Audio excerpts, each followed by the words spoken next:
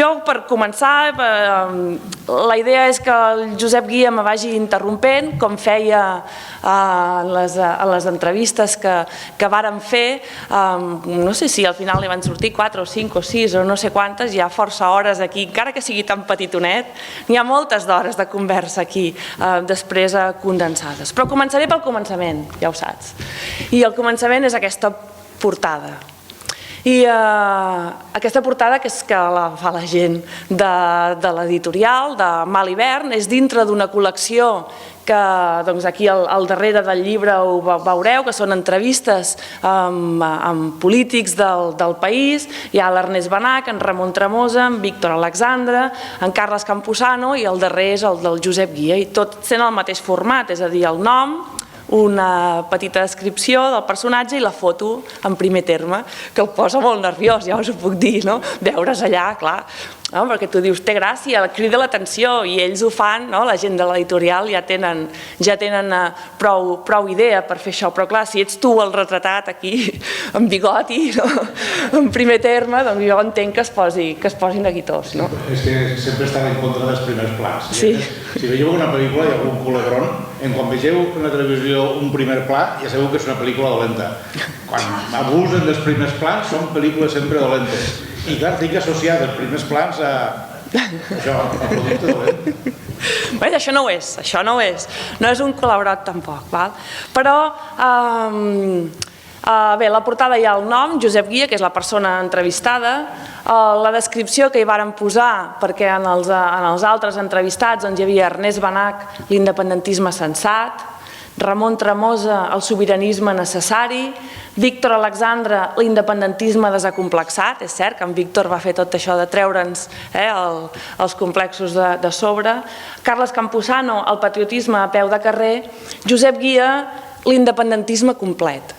I aquesta definició té una doble intenció. És complet, i després a dintre del llibre ho explica efectivament, és complet perquè casa amb naturalitat les dues cames del nostre caminar,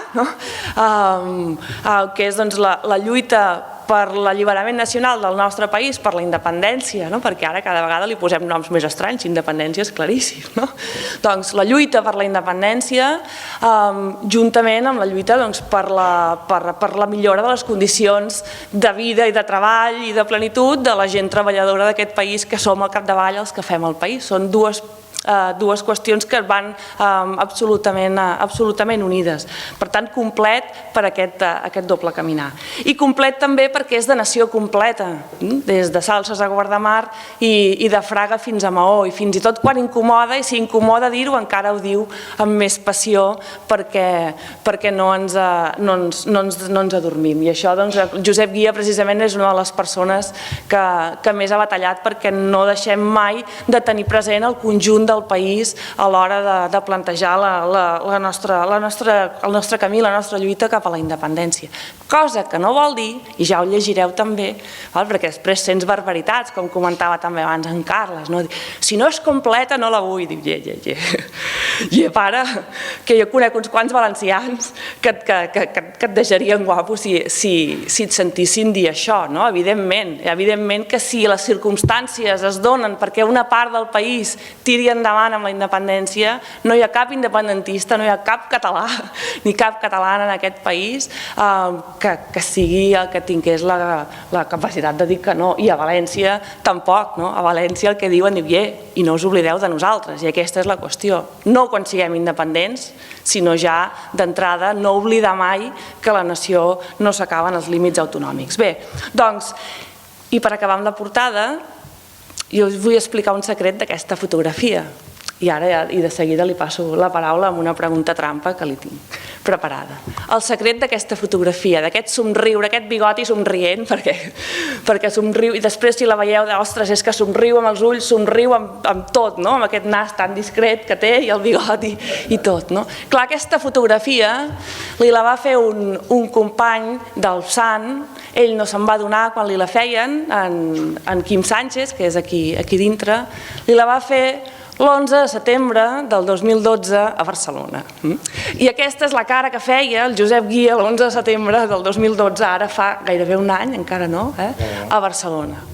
I explica moltes coses, aquest somriure. Jo crec que d'alguna manera descriu el somriure que se'ns va dibuixar tots. No sé quina cara faries ara, Josep Guia, si et fessin una fotografia passats uns quants mesos d'aquell 11 de setembre. Si faries una mica més així, espavilem o què? Abans de començar les meves intervencions, volia manifestar, no sé si dir en paraules grolleres o en paraules més suaus, el meu rebuig total contra la família podrida borbònica espanyola i contra aquells que reprimeixen els que s'hi oposen a ella.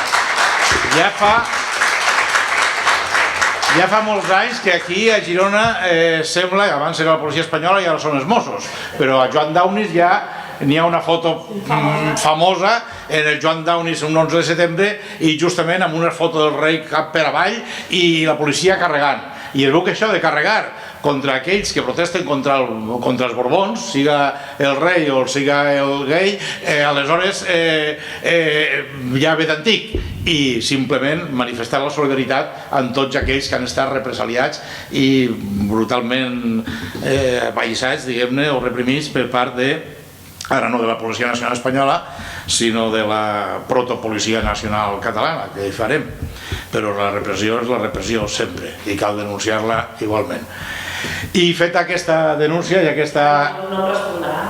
aquesta solidaritat, anem a veure el de la cara respecte al procés actual. Doncs respecte al procés actual, al procés actual, a l'actualitat del procés cap a la independència. Aleshores, n'hi ha pros i contres, però com que el Carles ja m'ha presentat a mi com un home optimista de mena i que no ha de posar sempre la cara de crítica respecte a això, ara tampoc no la posaré, però sí que n'hi ha una cosa que em preocupa i que el Carles també l'ha detectada, però no l'ha detectada tant a través del llibre, que no sé si en parlem en el llibre, sinó a través de la seva experiència personal com a independentista que ja ve d'antic, i jo encara de més antic, i és allò que et miren com dient que estàs molestant. No us ha passat a vosaltres també a vegades que us diuen estàs molestant tant de parlar d'independència? A mi m'ho diuen des de fa 40 anys. Molestava per parlar d'independència perquè ara estem anant tots junts contra el franquisme. Molestes parlant d'independència perquè ara estem per la democràcia. Molestes parlant d'independència perquè estem per la reconciliació nacional. Molestes parlant d'independència perquè això no toca, perquè estem per consolidar les autonomies. Molestes parlant d'independència perquè hem d'estar tots per un pacte fiscal. I estan a punt de dir-nos molestes parlant d'independència perquè ara estem tots pel dret a decidir. Estan a punt de dir-ho. I clar, això me fa posar mala cara. Bueno, mala cara no, però me fa dir-ho així de clarament. Està algú que acaba d'apuntar-se a l'independentisme fa poc a punt de dir-nos, als que sempre lluiten per la independència, que desestabilitzem per reclamar la independència perquè ara no toca reclamar tant la independència, sinó agrupar a la gent en un esglaó anterior, i sempre n'hi ha un esglaó anterior, i sempre n'hi ha un esglaó anterior, sigui la democràcia, sigui l'autonomia, sigui el pacte fiscal, sigui el dret a decidir, sempre n'hi ha un esglaó anterior. I clar, bé, ara hem baixat 2 esglaons. Molts de vosaltres anireu al concert per la llibertat de demà. Jo vaig anar al de l'any 85, que va fer Lluís Llach, preciós.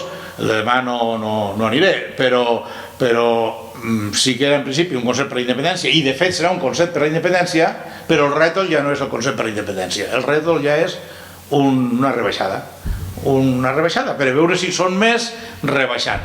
Però clar, això a veure si són més és la cançó de l'enfadós de sempre.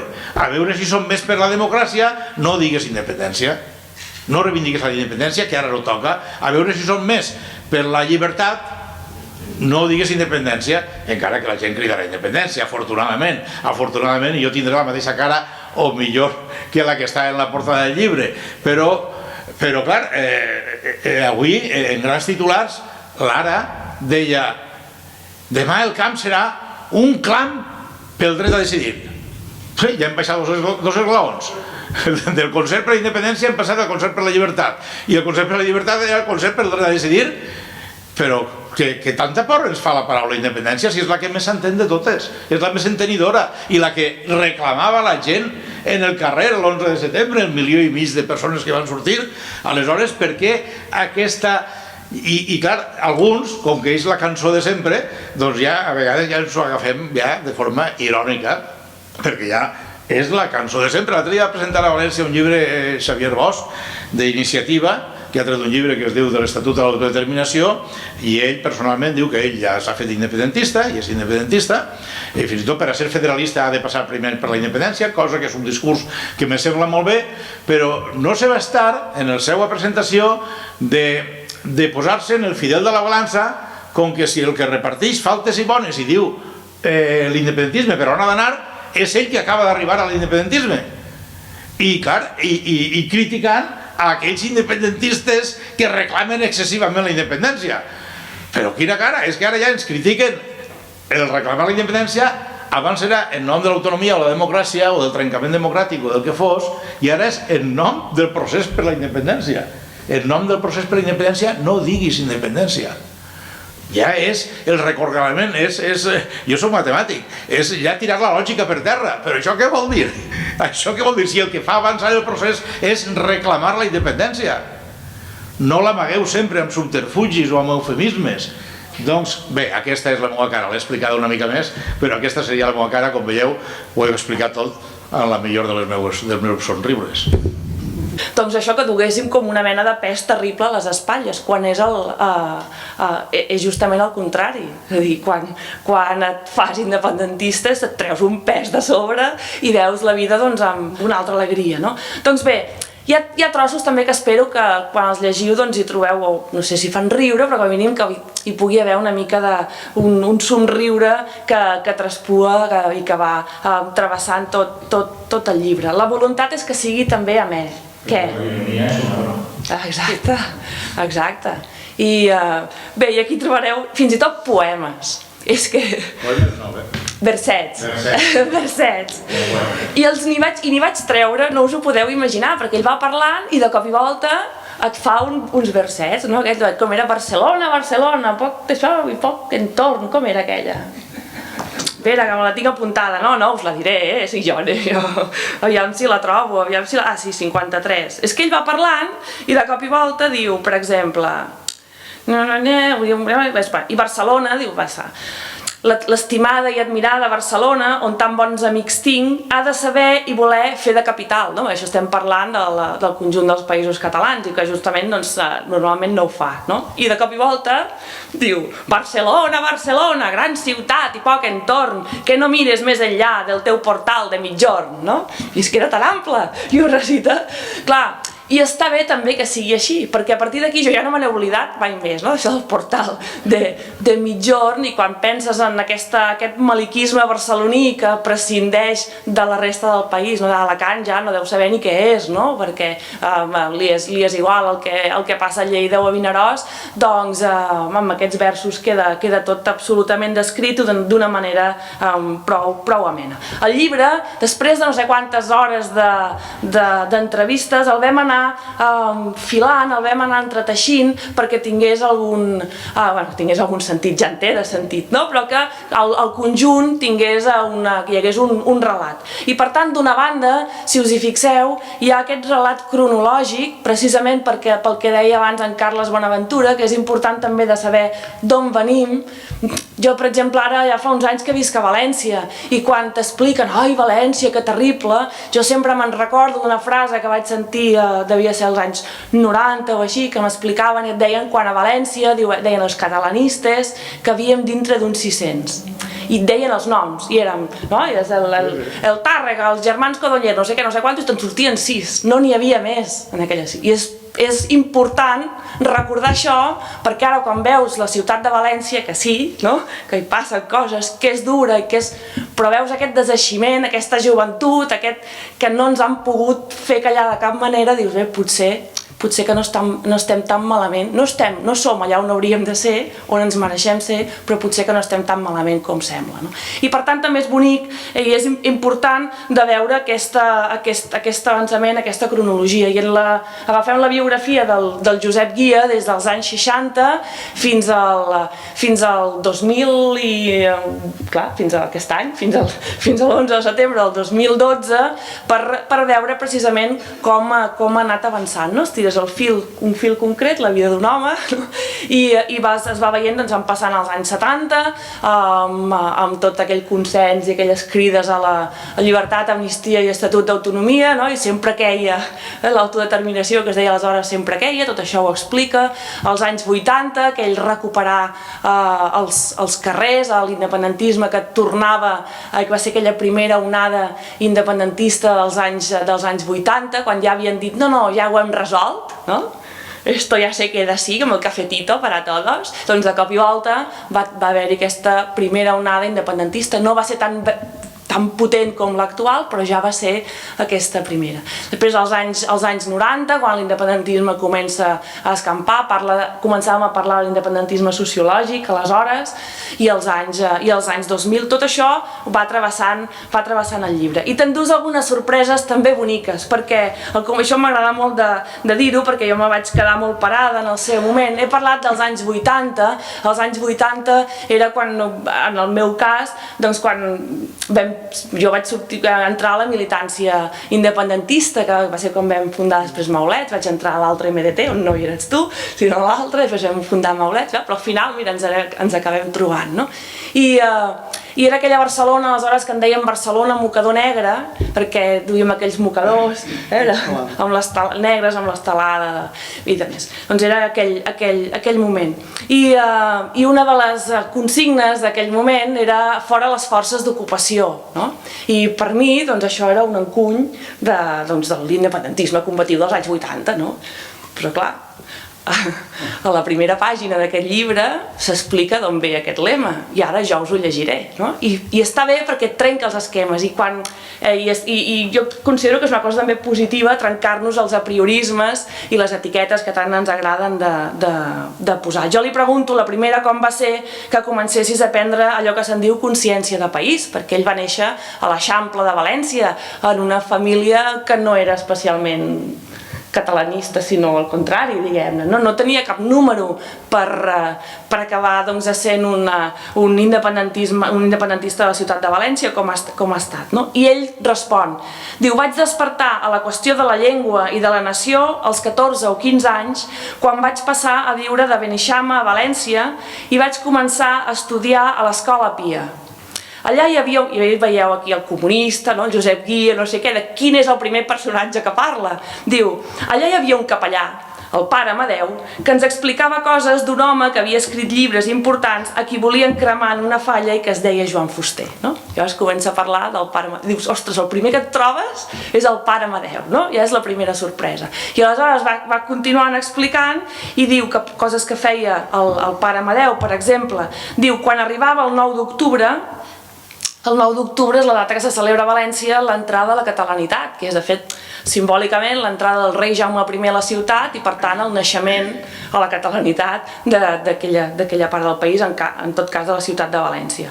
Diu, quan arribava el 9 d'octubre i anàvem a veure la baixada de la Senyera i fèiem cap al parterre, al davant de l'estàtua de Jaume I, en passar el piquet de soldats que cloïa el seguici, mig en broma, ens deixava caure. Ara venen les forces d'ocupació. Diu, veus així el pare Amadeu, escolapi, professor de matemàtiques. Vet aquí d'on ve allò que cridàvem als anys 80, doncs el pare Escolapi a València del pare Amadeu. Bé, doncs és una anècdota, si voleu, sí que ho és, però també és significativa, de veure com ens hem de treure determinats apriorismes del cap. I un altre punt que faig, ja et torno a passar la paraula ràpidament, hi ha aquesta vessant cronològica, amb la qual veureu l'evolució política d'en Josep Guia i de l'independentisme, perquè ell... encara no ho havia dit. Ha de fer, ell va prometre que faria un llibre, veus, explicant la història de l'independentisme català modern. d'acord? I no el fa aquest llibre. I dic, jo cada presentació t'ho recordaré, perquè això més o menys ressegueix aquest fil, però això s'ha d'explicar, perquè la història, si no la fas, te la fan. I hi ha qüestions que sí que s'han de saber. I ell va prendre compromís de fer-ho. I ja dic de l'independentisme català modern, perquè va passar no sé quants números en una revista Lluita que va començar a fer aquests articles d'història de l'independentisme i va arribar als anys 20, sabeu? O sigui, no.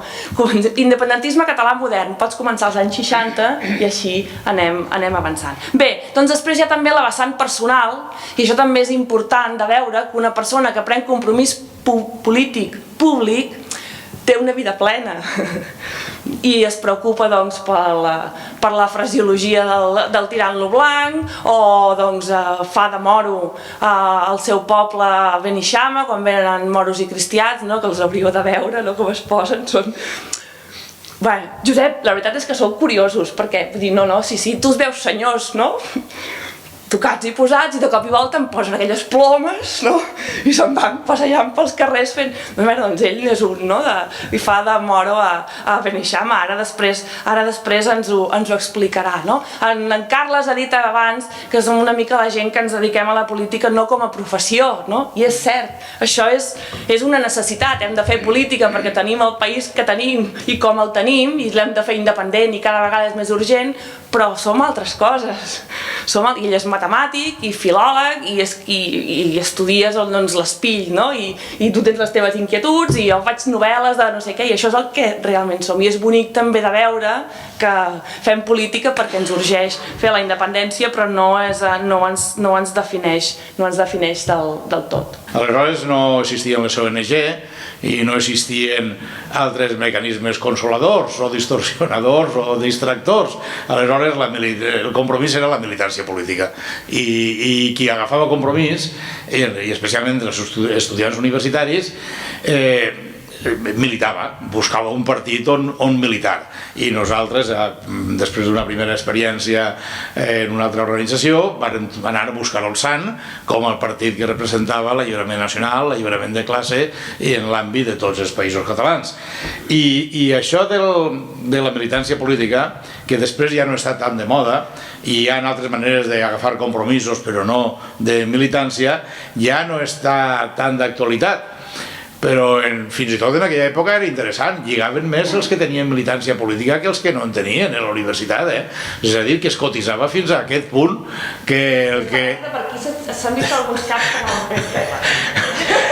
que era una cosa realment important, aquell on està, en la clandestinitat, estic referint a l'època de la clandestinitat, doncs aquell és de tal organització o de tal altra, i això cotitzava, això prestigiava, i aleshores, mentre que ara, no ho sé, ara no existeix tant de nivell de compromís militant, també perquè la pràctica política convencional s'ha guanyat un cert desprestigi a pols, no?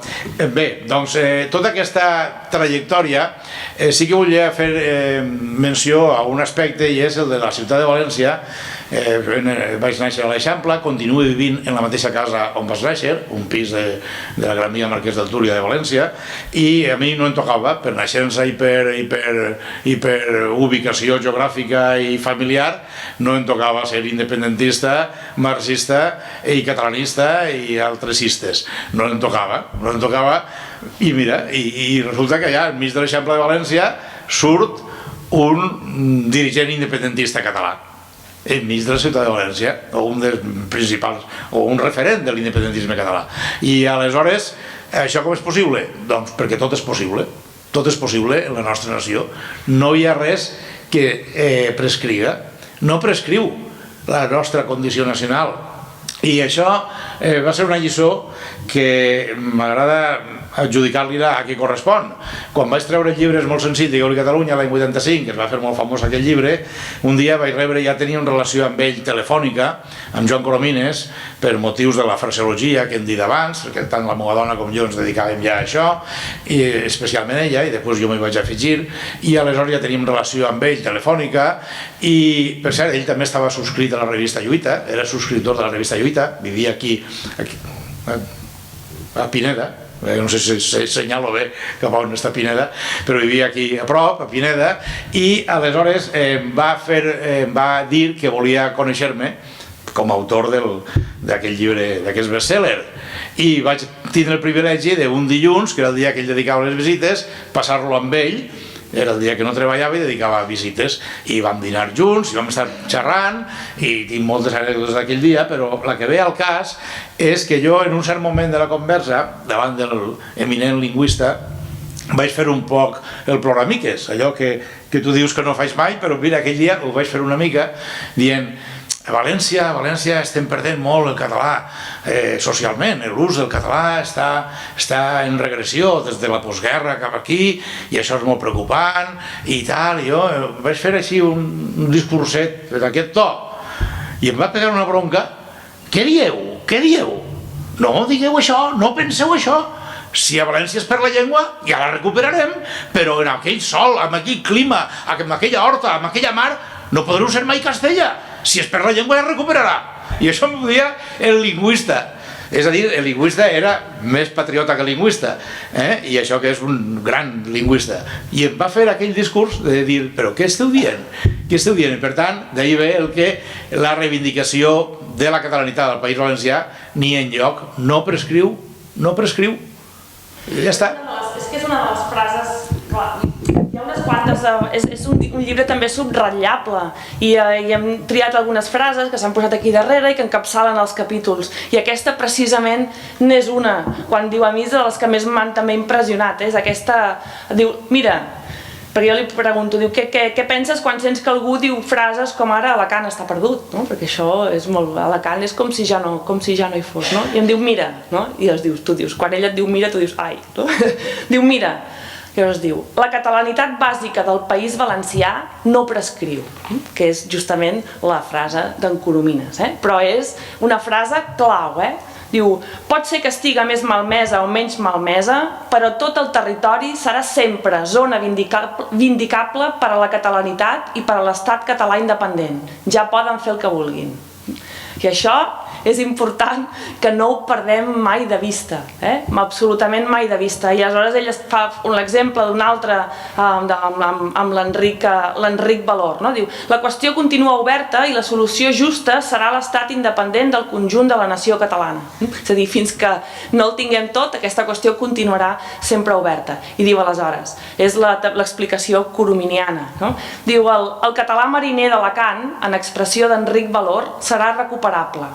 Aquest català mariner era la llengua del 90% de la població d'Alacant fins passada la guerra, fins que la ciutat va ser bombardejada per l'aviació feixista i ocupada pels franquistes. De fet, la guerra del 36-39, més que civil, va ser al nostre efecte una guerra d'ocupació amb tots els ets i uts. Diu, doncs aquell català mariner és el que li dona a Alacant la seva raó de ser, la seva dignitat. Fins i tot la lletra del seu himne li dona. O el nom de les seves fogueres, que no són pas hogueres. Doncs és aquesta reivindicació perenne de la catalanitat bàsica del conjunt del país, i és una qüestió que no hem d'oblidar, a vegades des de certa comoditat principatina, o de determinades zones del Principat. I hi ha molta gent d'independentisme nou, de novell independentisme. Aleshores, d'alguna manera, el llibre el que ve és a explicar coses de la història de l'independentisme. No és el llibre que diu la Núria que he de fer, però ja és una aproximació didàctica i llegidora i fàcil de llegir en poc de temps, però amb molta informació sobre com ha evolucionat l'independentisme. I això és molt important, especialment per a la gent nova, independentista, saber d'on venim, d'on ve l'independentisme català, quina ha sigut la seva trajectòria en els últims 40 anys. Aquesta és la intenció fonamental del llibre. Que l'excusa siga la biografia d'un personatge, això és secundari. La intenció fonamental és donar elements d'informació sobre l'evolució de l'independentisme en aquests 40 anys, sobre l'evolució i la permanència de l'independentisme, perquè jo, com que som més atrevit segurament que el Carles, dic que si no haguéssim estat nosaltres s'hagués trencat la continuïtat independentista. Si hagués trencat, no sé si haguera hagut la eclosió que hi ha hagut, però és important que no es trenqui el fil. I nosaltres sempre hem tingut aquesta consciència de no trencar el fil. El Sant és un partit que porta 45 anys. La seva revista Lluita porta 44 anys editant-se i són d'una constància, algú dirà malaltissa, però nosaltres hem estat ahí, no hem canviat de sigla, no hem canviat de res, hem estat ahí continuant el fil com a referent independentista allà on hem arribat, i això creiem que era necessari, creiem que és absolutament necessari, no és per tossuderia, pot ser per comoditat, podríem haver fet una altra cosa, o pot ser per egos personal, podríem anar canviant de sigles, o fins i tot renunciar a les sigles també cotitza. Últimament ja he dit que renunciar a sigles cotitza, i jo estic convençut que jo personalment renunciar a la sigla estaria molt més homenatjat en segons quins àmbits, que me'ls conec, a tots els àmbits acadèmics i d'altres àmbits. Sé que estan esperant a veure quin dia renuncia a la sigla per a rebre'm amb els braços oberts a la no militància i al no compromís, però es fotran. Es fotran, vull dir. Jo també hi ha una altra qüestió, perquè la primera part del llibre parla més d'aquesta evolució històrica, la segona part també hi ha una vessant temàtica, parlem de Joan Fuster, parlem de l'independentisme i les institucions, del front patriòtic, una mica per explicar diversos temes conforme s'avança amb el temps, però també temàticament. I aquest de l'independentisme i les institucions, jo us voldria llegir una resposta d'en Josep Guia, que també és bastant... Bé, n'hi ha moltes que són actuals, però aquesta també crec que l'hem de tenir prou en consideració. Li pregunto, consideres importants els càrrecs electes, perquè estem parlant ja que l'independentisme en aquesta evolució, diguem-ne, ha anat tenint una presència cada vegada més activa a les institucions, d'acord? Les institucions autonòmiques, perquè de moment són les que tenim. Llavors, consideres importants els càrrecs electes? I diu sí. Municipals. I municipals, sí, però formen part de l'autonomia d'alguna manera. Consideres importants els càrrecs electes? Sí. Punt. Concretament, 2 punts. Càrrecs electes independentistes disposats a proclamar la independència. És d'això del que es tracta. I de vegades sembla que ho oblidem, però és exactament d'això del que es tracta, perquè si ets independentista i tens la sort de viure en un context com el que vivim ara, que, ostres, és que quan tires endarrere, allò que dèiem abans, ja tenim una edat, no? També, i tires endarrere i te'n recordes ja, no? Del que passava als anys 80, d'acord? I ha canviat moltíssim. Si tenim la sort de viure aquest temps, hem de fer que aquest temps fructifiqui, i és només responsabilitat nostra. L'altre dia, per una entrevista precisament al proper número de la revista Lluita, entrevistava en Vicent Partal, que ha tret el llibre aquest ara de A un pam de la independència. I el titular és molt bo. Diu, Espanya, no me'n recordo de memòria, Espanya no ens pot guanyar, o sigui, ara Espanya ja no ens pot guanyar, però nosaltres podem perdre. I això és molt important que no ho perdem de vista, perquè ara depèn absolutament només de nosaltres, Estem en un context que ho podem fer, però hem de fer que passi. I aleshores continua. Diu, la lluita per la independència de la nació completa, sempre, navega amb 2 rems necessaris, també. La mobilització popular, que és el principal, sempre és el principal, i la lluita institucional. Han d'avançar combinadament perquè en el fons tot emana del poble, i això també ho estem vivint absolutament i ho constatem cada dia. Diu que és el poble qui es mobilitza i qui vota uns determinats electes, diputats, els parlaments autònoms, el Parlament de l'Estat espanyol, el Parlament europeu i alcaldes i regidors. Tots ells són necessaris per representar i fer de portaveus de la voluntat popular per la independència, que és d'això, que són portaveus de la voluntat popular per la independència, no és a l'inrevés, i a vegades no és el cas, per sort, no és el cas, però n'hi ha que quan arriben sembla que diuen, calla, que ara tenim molt de temps per davant i ja veurem què passarà, no? Perquè els mitjans d'informació i les institucions polítiques internacionals no ens prendran, per això són importants els càrrecs electes, no ens prendran en consideració per molts presidents independentistes d'entitats culturals o cíviques que hi hagi, ni per moltes manifestacions, marxes o concentracions que fem, que no vol dir que no les haguem de fer, nosaltres les fem, les convoquem, hi som, etc. Sinó per la presència i l'activitat política d'un gran nombre d'electes independentistes, és per això que fan falta. I aleshores diu, d'electes independentistes honestos i amb el coratge d'actuar com a tals, que aquesta és una altra condició, o més ben dit, la condició. Electes independentistes honestos i amb el coratge d'actuar com a tals. Crec que podríem anar recordant-los aquesta afirmació dia per dia. Un altre aspecte que hauríem d'assenyalar per a fer-vos una mica de goleta i d'interès per a llegir el llibre és que abans que sortira el llibre vam posar en el meu blog una de les preguntes que feia la Núria, un fragment, vaja. I el fragment, la pregunta es deia, el títol de l'apunt en el blog era El problema d'Espanya. I ella preguntava quin era el problema d'Espanya, o va posar la pregunta després de quan ella va redactar tan ben redactat i va transcriure i va compartimentar i va posar les preguntes que faltaven i va organitzar el llibre, doncs el que el fa molt llegidor. Aleshores, en aquest tema del problema d'Espanya és un tema d'història, un tema d'història recreativa, si voleu, però és un tema d'història i és que ahir diu, aleshores, quin és el problema d'Espanya? No sé per on para, però vaja, ho van posar allí, sí, ho van posar allí en el blog i ha tingut més de 2.000 visites aquest text, aquest fragment, que no sé si els 2.000 compren el llibre s'esgotarà l'edició, però vaja, 2.000 visites per a llegir aquell fragment. El problema d'Espanya, i jo l'explico, entre altres coses, un dels problemes que té és el seu complex d'inferioritat envers la nació catalana. Aquest és un dels problemes d'Espanya, de problemes culturals, un problema cultural o un problema nacional, el seu complex d'inferioritat històrica envers la nació catalana. Perquè tot allò que és nou, tot allò que és progressiu, tot allò que és moda o novetat, entra a la península a través de la nació catalana. La cultura va en la terra, en Europa i en la Mediterrània, d'Orient cap a Occident.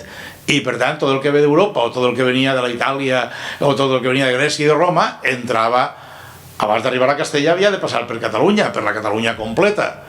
I això ells ho saben, nosaltres potser no ho sabem, nosaltres fem el badoc i no ho sabem, però ells no ho obliden mai, que allò que els arriba a ells, els arriba a través de Catalunya.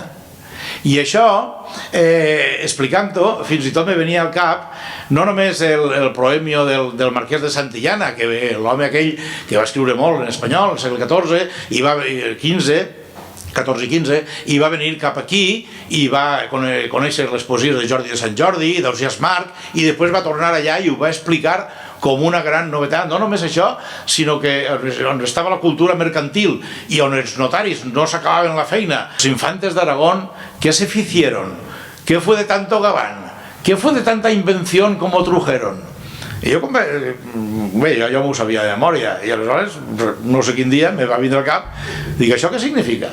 Los infantes d'Aragón qui eren? Los infantes d'Aragón eren els 4 fills del Ferrat d'Antequera, del primer Trastàmara, que se'n ve aquí com a rei d'Aragó i els seus fills són los infantes d'Aragón. D'aixòs 4 infantes d'Aragón, el major va ser Alfons el Magnànim, que se'n va anar a Nàpols, el segon va ser el Joan sense fe. Bueno, els altres 3 eren més dolents que una tenca, més dolent que un dia a València, més dolents que una cagada de moscarda, però en fi, els altres 3, un va ser Joan sense fe, el pare de Ferran el Catòlic i el pare del príncep de Viana, i els altres 2 també van morir. Són gent que, com tots els trastàmares, estaven sempre obsessionats en manar en Castella, tornaven a Castella, intervenien en les guerres de Castella, perquè la seva obsessió, i el màxim d'aquesta obsessió va ser després Ferran el Catòlic, era manar en Castella. Nosaltres no eren reis nostres, per dir-ho així, eren els nostres reis, perquè des del compromís de Caspa havia sigut així, però aleshores venien i tornaven a Castella i allà ens ficaren en un parell de guerres amb Castella justament per les seues ambicions dinàstiques dins del regne de Castella, però clar, ells venien aquí i tornaven a Castella. I allà diu, los infantes d'Aragón, aquestes bales perdudes que tanta feina van donar i tanta activitat van tenir, ¿qué se hicieron? També van passar d'aquesta vida. ¿Qué fue de tanta invención como trujeron? ¿Oi? Invención que trujeron?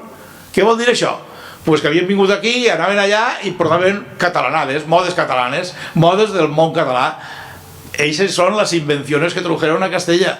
I sempre, bé, ja anem a temps més moderns, la màquina de vapor, el socialisme, les avantguardes artístiques, tot com arriba a Castella, a través de Catalunya. Tot. I això ells ho tenen interioritzat. I això és un dels problemes de Castella, també és un dels problemes nostres, perquè aquella situació psicòpata de complex i d'inferioritat, però al mateix temps d'intenció de domini, perquè són més i més forts o més invasors, diguem-ne que és una situació una mica patològica, no? Però això, diguem-ne, ho vam explicar, està ahí explicat, i sí que és història recreativa, però verídica, real. Bé, la darrera resposta d'en Josep Guia en aquest llibre justament parla del conjunt de la nació. A mi l'altre dia se'm va acudir mirar quina era l'última paraula, però no està feta aposta, l'última paraula que hi ha escrita d'aquesta entrevista, i us demanaria que us hi fixéssiu perquè em sembla que és prou significativa del seu pensar i del seu treballar.